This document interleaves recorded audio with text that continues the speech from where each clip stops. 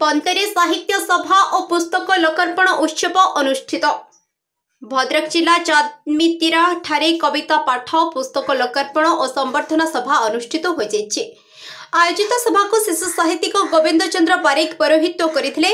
एथिरे हाटडीहर पूर्वतन ब्लॉक अध्यक्ष परशुराम पेड़ा, गायक गोविंद चंद्र पाणिग्राही, उद्घाटक बाग्मी गणेश प्रसाद करशर्मा, कवि जगन्नाथ पात्र, साहित्यिक प्रफुल्ल कुमार चक्र, शिक्षाविद डॉक्टर शुभेन्द्र कुमार मिश्र प्रमुख जोगदे साहित्य कालजाई बोली कहिथिले।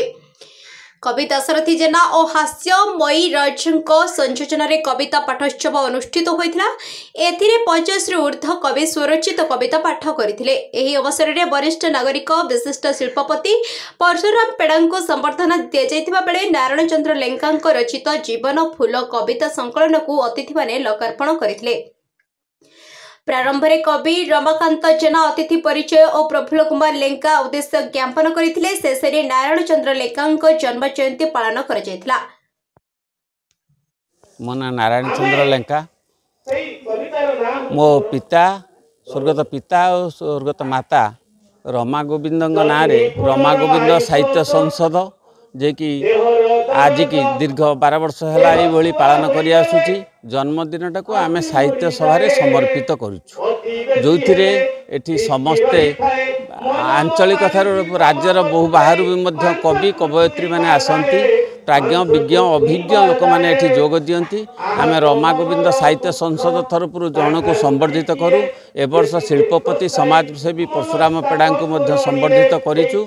आम परिवार 91 परिवार जहाँ को लेकिन आम निजे चलुचु एवं यही प्रकार साहित्य को सबुदिन बजाय रखापी आम चेष्टा करुचु।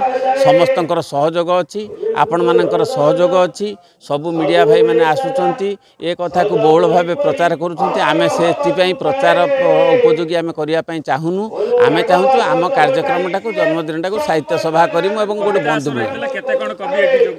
ये कविता आसर होता। प्रथम कविता आसर 123 जन कवि हूँ कविता पाठ करते, जहाँकि विशेषकर आधारित थिला जन्मोत्सव उपरे सांप्रतिक परिस्थिति उपरे कविता पाठ करा जायतिला।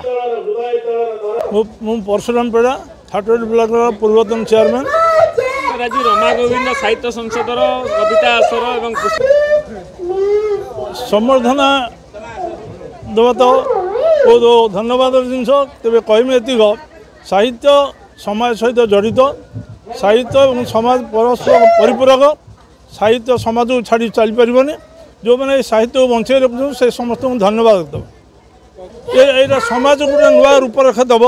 कहूँ जो कवि कविता मैंने लिखिले समाज पर प्रभाव पड़ो। कविता पाठ 3 घंटा से चलला। केउझर, जाजपुर, भद्रक, बालेश्वर 3टा जिलूर 3 घंटा धरी कविता आसर चलती। आगामी दिन एक जुगांतकारी घटना हम। एक दिन भी दिन समाज पर यार प्रभाव पड़ो। भद्रक रमेश चंद्र पति रिपोर्ट, द न्यूज टुडे।